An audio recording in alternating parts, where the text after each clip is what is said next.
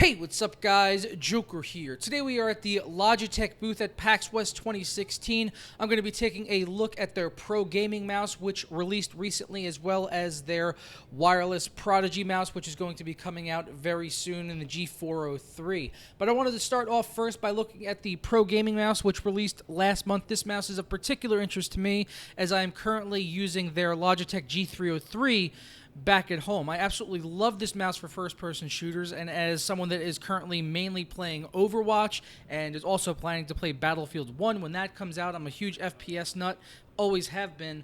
Having a good FPS mouse is very important to me. So if you haven't used the G303, some of the benefits that really offered to me was having kind of the low height and also a relatively narrow mouse, and being light as well. It made it very nimble, so I was able to make a lot of small micro movements, which I find to be imperative in first-person shooters. But it did have a very aggressive aesthetic, which may not have been welcomed by all people. It was certainly a hurdle for me when I chose to go out and pick up the G303 myself. But the Pro Gaming Mouse, I think, is offering a much more familiar aesthetic and something that might be welcomed by a lot of gamers, while not getting rid of things like the size as well as the weight that made the G303 so good. And they are also sticking with the PixArt 3366 sensor in here, which is one of the most accurate ones out there on the market, and we've got RGB as well.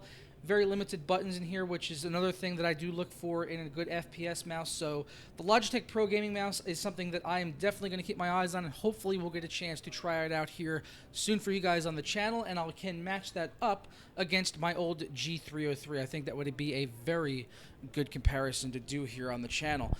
Also, at the Logitech booth, they were showing off some of their new Prodigy mice, which are designed to be a little bit more affordable. They have a wireless option in the G403 Prodigy, which is $100, so it's $50 less than the Proteus Spectrum that you can get, which is their top-tier wireless mouse, but it is, still maintaining the high level of performance of that mouse, while limiting down to a fewer buttons and making it a more basic mouse for you guys. It doesn't have that infinite scroll wheel like some of the higher end Logitech mouse, like the MX Master and that Proteus Spectrum that I mentioned there.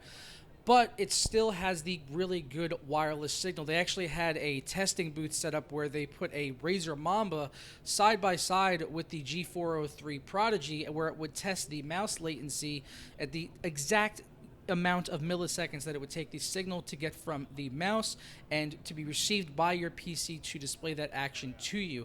And they actually had the wireless mouse registering at around 3 to 5 milliseconds versus the 10 to 12 milliseconds of the Razer Mamba. So the Razer Mamba, which is a wired mouse, was actually losing to their wireless G403 Prodigy that they had hooked up here. Now, talking to the technician here, timer measures the time that the signal comes off of this breadboard, compares it to the time when the signal comes into these USB analyzers, and the time between when the signal comes off the wire directly on the micro switch and the signal comes off the USB analyzer is the total processing time for the click.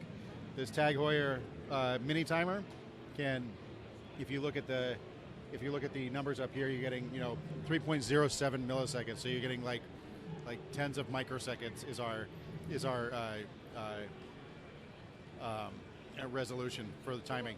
what are the Logitech mice registering at on the same test, the wired ones? So in this test, our wireless competitors, anywhere between 10 and 12 and a half milliseconds. I've seen them down as low as 9. Our mouse is anywhere between 3 and about 5 and a half. For the wireless. If you plug our mouse into a wire, it becomes about 1.2 milliseconds faster. But the point of the demo is not that wireless is faster than wired.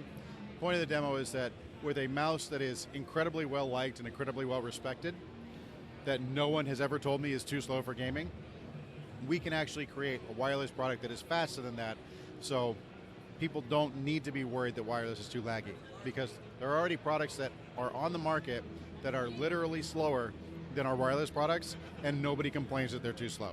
Getting to see these mice side by side like this and tested with the wireless versus wired with the Razer Mamba, a widely accepted and popular wired mouse on the market, and actually seeing the wireless option from Logitech beating it out, like I said, certainly very eye-opening and makes me want to just try out this mouse even further and see if it could actually stand up to my daily gaming needs in something like Overwatch and other FPS games, and also the desktop video editing, etc., etc. And also that testing hardware, man, that was really making me drool. I just wish I could get something like that for testing mice on the channel, but unfortunately, like, the whole setup they have there was put together like by a team of engineers, and it costs like about $8,000. So I don't think I'm going to have anything that is going to be able to test mice that good as they had here at the Logitech booth, but it is certainly something maybe to consider in the future, the very, very, very far future.